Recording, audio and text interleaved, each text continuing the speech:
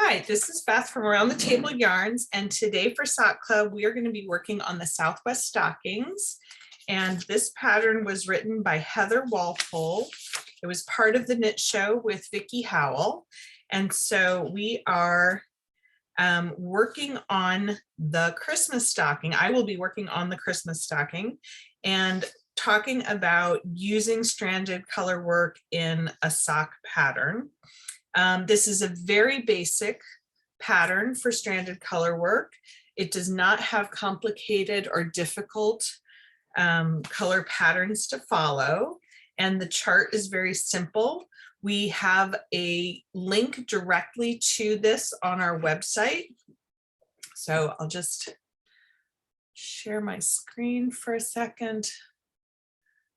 Oh, no, hold please. Find that.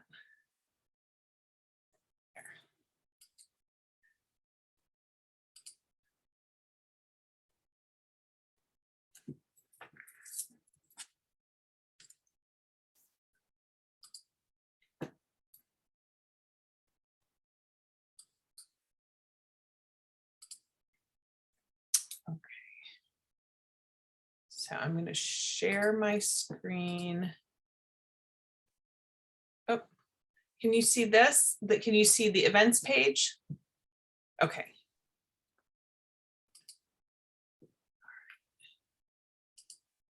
So here's the events page of our website. So we were just talking in Instagram Live a moment ago about the redesign or the reorganization of our website.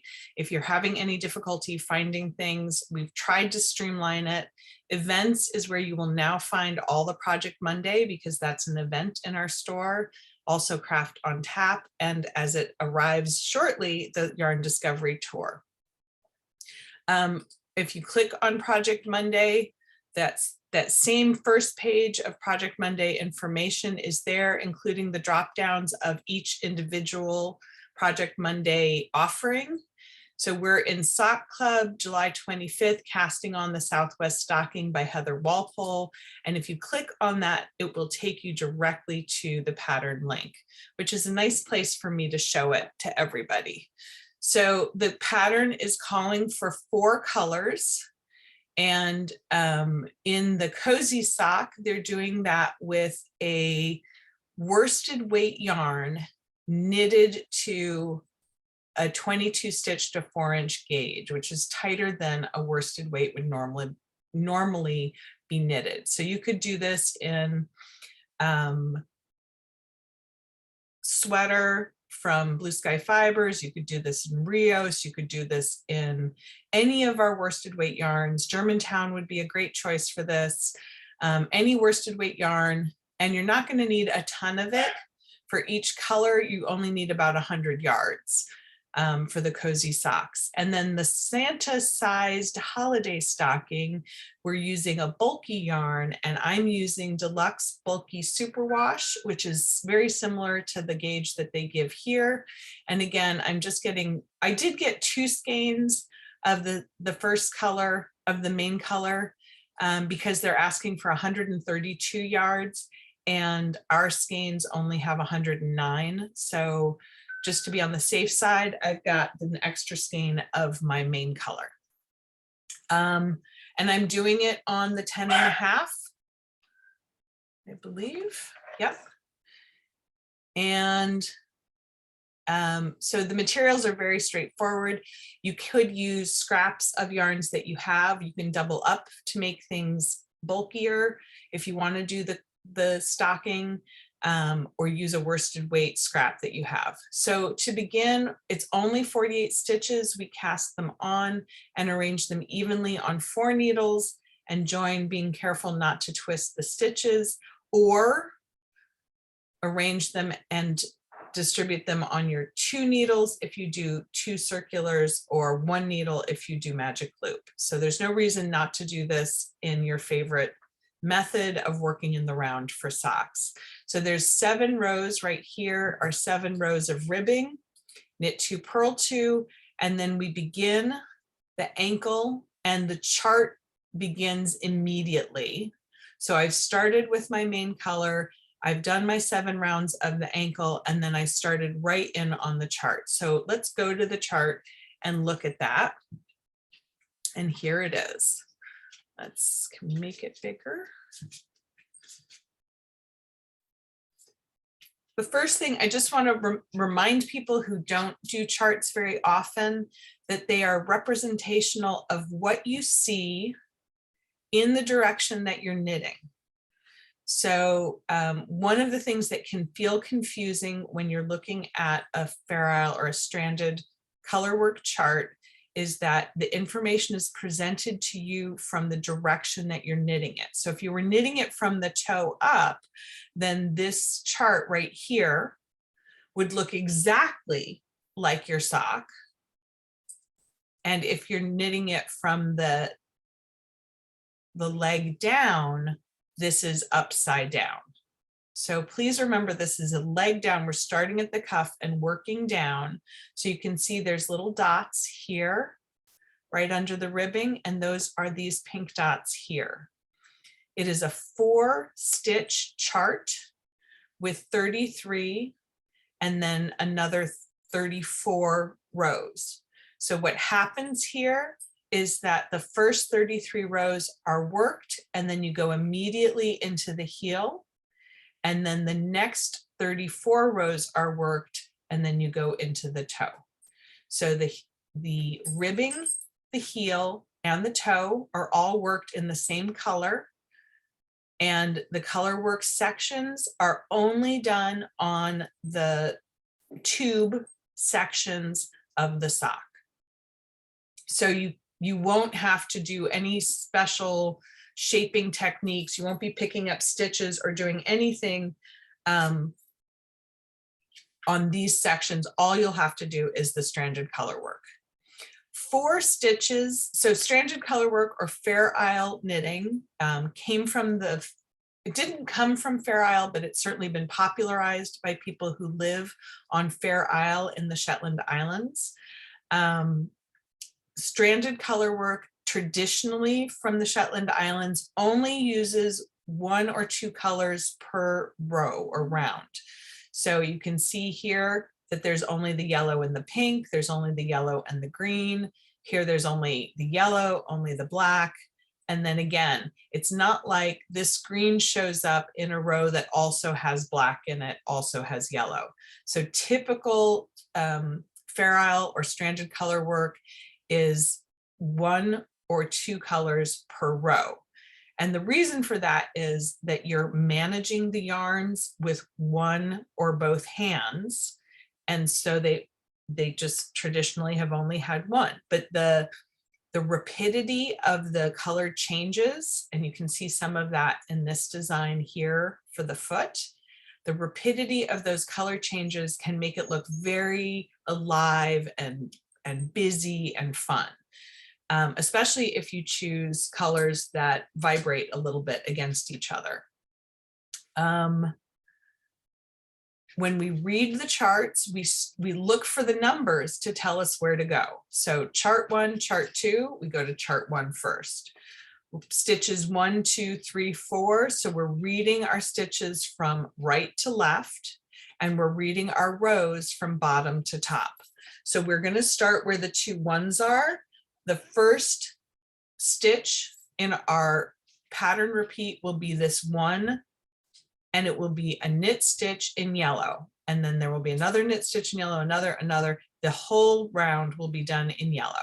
The next round, the first stitch will be pink, followed by 3 yellow, and then that's repeated around, just like our stitch pattern charts on the To the Moon and Back. A colorwork chart is no different. So when you're reading a chart, it can be really clear because of the way that it's numbered. When you're working in the round, the numbers are always on the right-hand side of the chart, as you can see them here, and they will start at the bottom and run up to the top. And that's because the direction of your knitting starts at the bottom. When you're visually looking at a chart, it's a representation of the knitting from the bottom to the top. So where am I? I started this with the group in store today. And here is the beginning of my stocking. So we were, I was able to get past my ribbing and into the first few rounds of my stocking. So now I am, oh, I have a round to do before I can change, but I could just do it. So has anybody worked with stranded colorwork before? Does anybody have any specific questions about it? No, I have worked with it. Okay.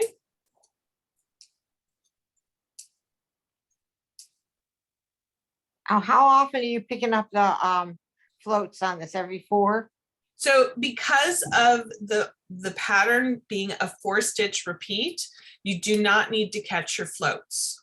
So if it's okay. 4 stitches or less, I do not think that you need to catch your floats.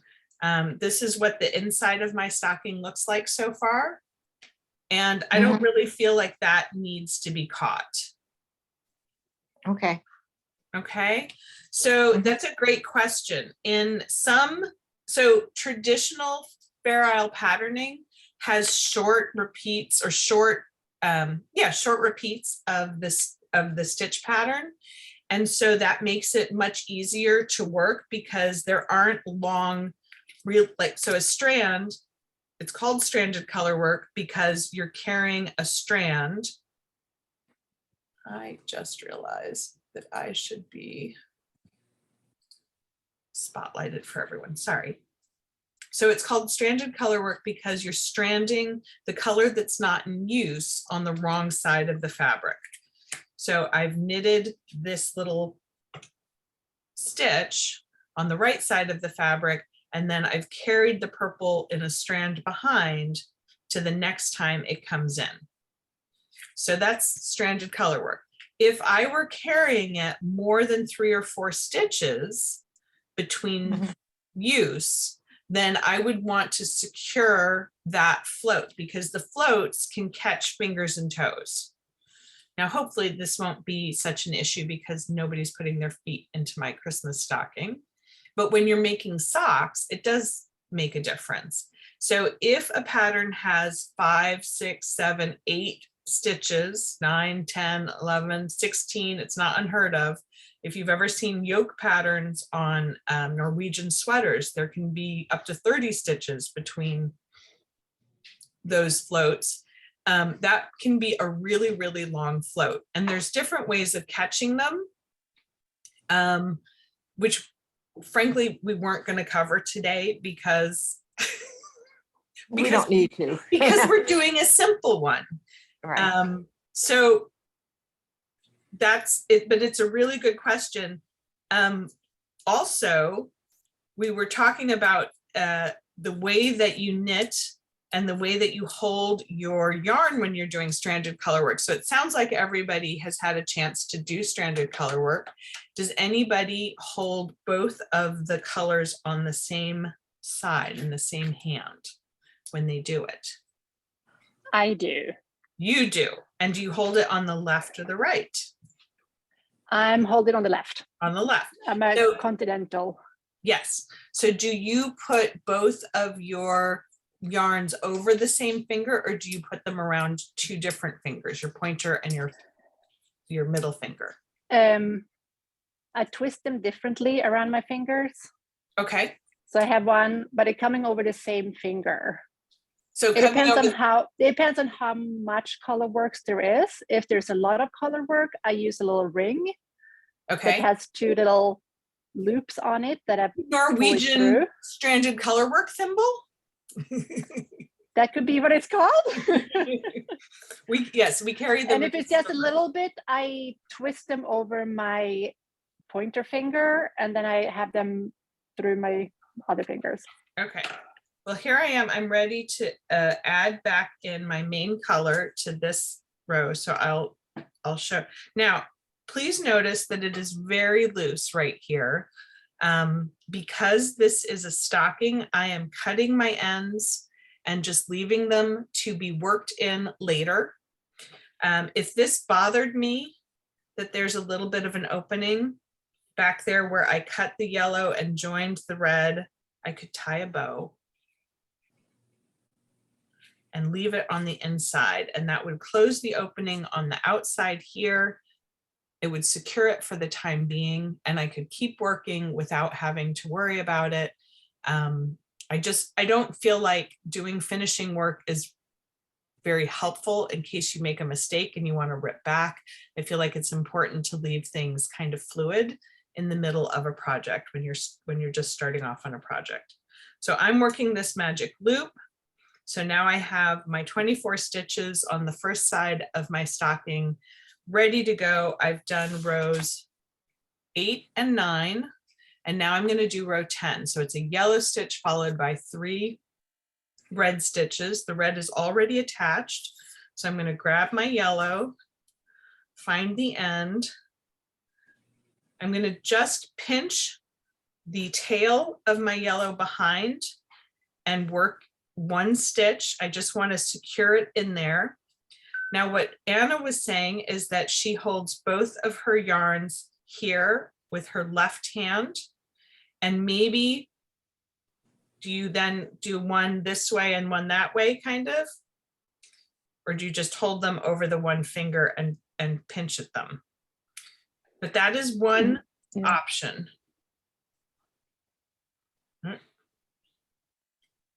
So I can hold both of my yarns on the left if I'm a continental knitter. And then when I want to go around, I just go around the yarn that I want and bring that forward. I'm not a continental knitter, so I make it look so easy. And then that's what I do. So that way, if I want to go for the red, I go under the yellow and then do my red, and then I catch my float that way. So that way I can go much faster. Okay. Now I am a thrower, not a picker. So I could hold these with my right hand, and what I end up doing is I end up picking up one with my pointer and one with my second finger, so that when I'm knitting, I throw around as I usually do for the main color. And then when I get to the next one, I like to pull them back. So no matter what you're doing in stranded color work, no matter how you're working the yarn management, you do want to have a generous float. And you want the attachment of the yellow yarn. So back here where I'm tapping with my finger is the last stitch with my yellow yarn. And I want to have as long a strand, like it can almost not be long enough. And the reason for that is once I've made that stitch, I'm going to go back to more or less normal tension. But in normal knitting, it's like the stitch is doing this. I'm going to move my pattern for a sec. It's like for 3 stitches, you're knitting, your yarn is doing this. See that? That's 3 stitches. So that's this much yarn. That's how much stretch there is in those 3 stitches. So when I carry yarn behind 3 stitches and it's only this long, the stitches would stretch far more. They would stretch out far more than the strand behind it. And so the elasticity of stranded color work is compromised by the strands. And so the really important thing is to be as loose with the strands as possible so that you can create as much elasticity as possible. So the pro of stranded color work is that it's double thickness, that you have 2 strands, and especially when you get into much more complicated stranded color work, it's almost a double thickness throughout of the yarn. But the con is that the strands can compromise the stretchiness, the elasticity of the whole project. So I was demonstrating again, I have the main color over my over my first finger, and I have the, sorry, I'm saying that wrong. I have the main color. No, that's how I did it. I had the main color over my index finger and the contrast color under my, no, I didn't. Okay. But again, stretching between floats gives you as much, and even that one stitch, to have a little bit of stretch between the one stitch. So I'm controlling my floats with my right hand by using them in different ways. If you're able to do this, even if you have to pick up and drop, if you're able to do this, you will not tangle your yarn as you work. If you always pick up from the same side, so from below, from the side where the yarn is coming from, your yarn will not get tangled. Then I can drop it and I can work it that way. So stranded color work does not have to be really tangly if you have good yarn control. So notice on my back that here is the stitch that I made, and my strands are running from below. So this, I'll turn it the right side around. My stranded work is below the other color. And that is evident here really clearly, that the orange strand is below the yellow strand. The lower strand will cause, it has to travel further, and it will make a taller stitch. So look at the difference between the orange stitch and the stitch right next to it. And you can really see that.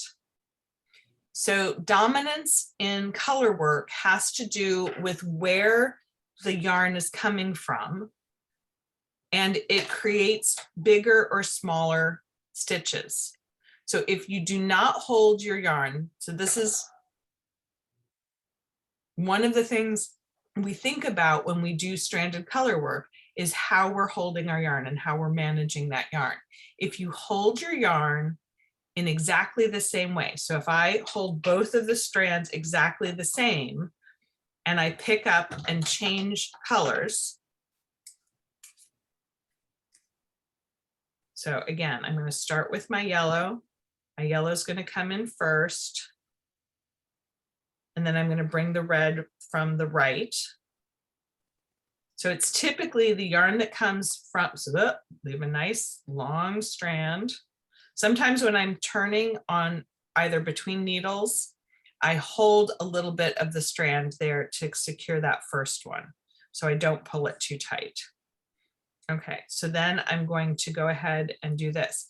If I were to knit like this, my stitches would be the same height, because generally, because I'm tensioning them the same.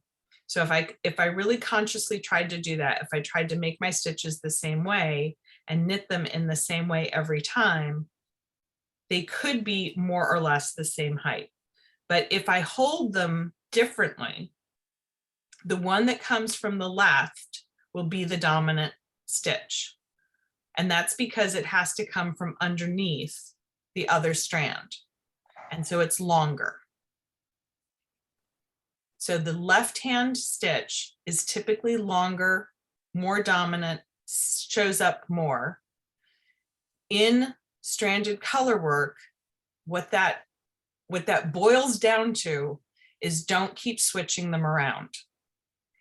Keep them constant so that if you make two socks, the two socks look the same. Somebody, Kim, who came in this morning for the class, was talking about having made a pair of stranded mittens.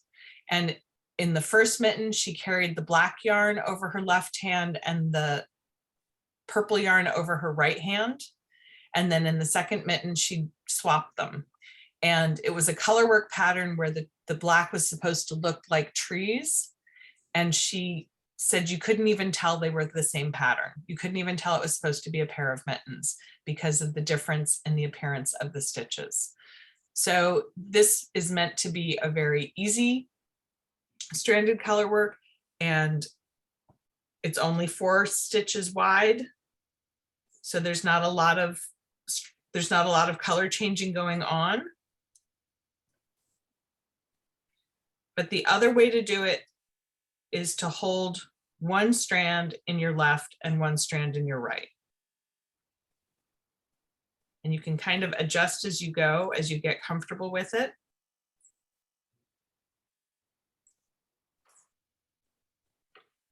And keep track. So again, I pull them down on the right-hand side before I make my new color stitch. And I'm trying to keep my tension as loose as possible. I'm thinking in Maggie Righetti's terms, I'm trying to think sloppy. And the reason is I don't want there to be too much tension. If there's too much tension on these stitches, it can even cause it to pucker in between your figures on your stranded color work. So it's really important to be as loose as possible. This is a great place to get comfortable with using both hands for knitting. It's a great place if you're a continental knitter for getting used to using your right hand to throw as well as your left hand to pick, and for throwers to get used to picking with your left, carrying some yarn over your left finger and getting more comfortable with that. So I've completed that. You can see there's really big, loose, easy joins in the back, or strands in the back. That might be a little bit too much. Sometimes I'll go back and say, okay, I could even this up a little bit.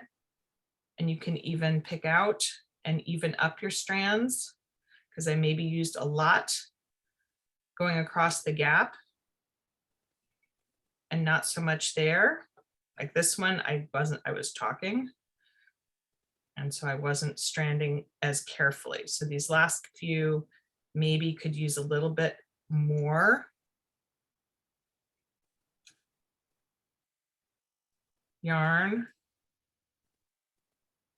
So you can also kind of check it that way, stretch them out and make sure that there's plenty of room.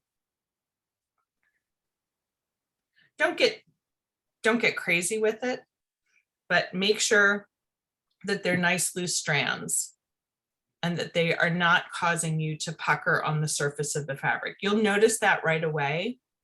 And blocking is a miraculous thing. You know, getting some wool wet and stretching it out is a wonderful thing, but it doesn't always fix every problem. And if you're stranding too tightly, it will not completely fix puckering. So it's very helpful if you can to make your strands nice and loose. Okay. Does anybody have any questions about that? Nope. Bernie, are you awake? Yeah, I use my glasses that look like I'm sleeping, but I'm not. Okay. I'm fine. Okay. So the goal for this month for this class is to get to the heel shaping and the heel turn, and to get through all of the 33, it's only 33 rows of the chart. Again, I am cutting my yarn as I need to change colors and just adding it in. So I will be going in later and tidying all of those loose ends up and weaving them into the fabric of the stocking. But I'm going to just do the next round. So I've done round 10. So this is round 11, and it's 2 stitches now, and then 1, and then 2. So it's reversing the pattern. So I'm going to strand that along, make it nice and loose, and do 2. Oop.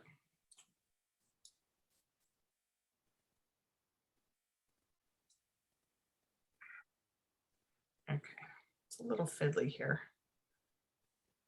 And then we're going to have a nice loose strand behind with the red and do one, and then it's one last one. So the 4 stitches are now 2 yellow, 1 red, 1 yellow. And I'm going to continue that. So I have 2 more yellow. So I don't usually have my hand so far in front of me. There we go. And then now I'm using my right hand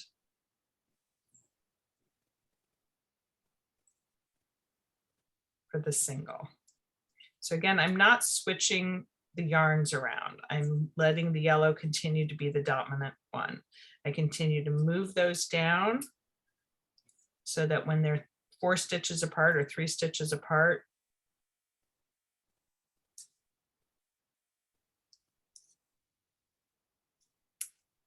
I don't know if anybody else has seen it, but I saw a video recently of something called the Norwegian purl. And it was sort of a revelation. It was a purl that looked like a knit stitch.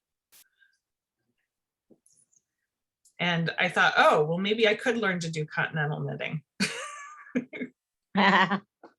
Because it's the purl that I find really difficult when I'm doing continental. I'm okay with the knit stitch, but the purl is. And yeah, you don't have to move your hand that much if you do that purl. I do it sometimes, but the Norwegian. Yeah. Yeah, because it essentially creates the stitch in the similar way to how you create the knit stitch. Yeah. Sort of. You just come with a needle from behind. Yeah. I don't think we can explain it without a visual. But so you can see that my strands are super loose and loopy. You can adjust them as you go along. I think it looks like the Loch Ness Monster right now.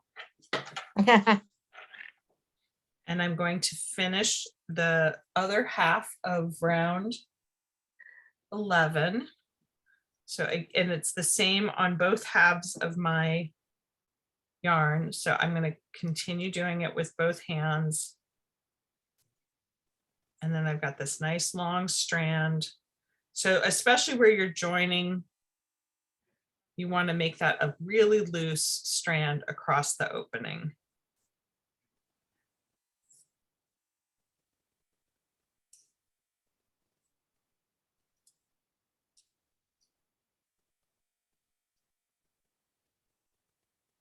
It's nice if you have your yarn. I like to have my yarn like in a bowl.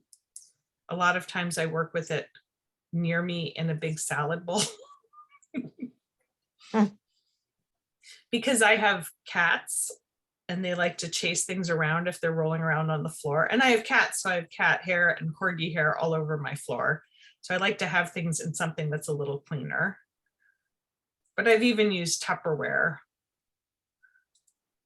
or a bag that sits flush on the floor.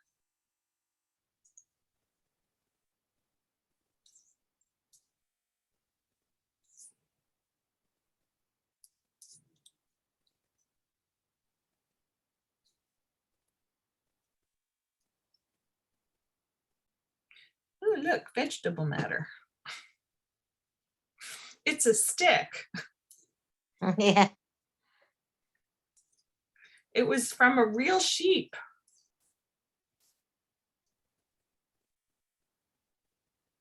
Get that right. 1, 2, 1, 2. Uh-oh.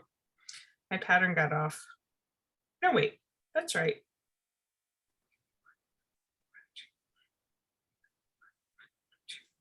1, 2. Hello. I'm in the right place.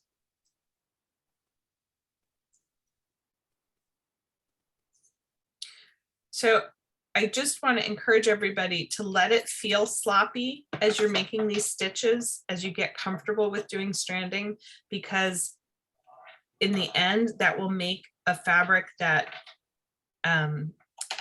is able to be stretched and stuffed with lots and lots of presents. A lot of goodies. Lots of goodies. So I think that that is what makes the difference in making something stranded. I'm going to just turn this inside out and let you see what the inside of it looks like.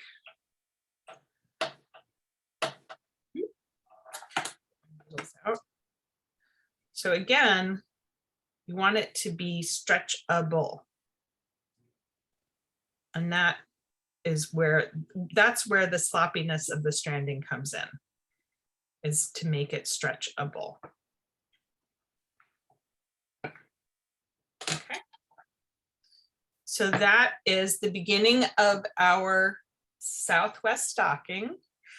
I hope you enjoy it, and we'll be doing the heel turn next month on the day. On the August day of the month when we are doing this. Hold please, I'll tell you the day. It is exit.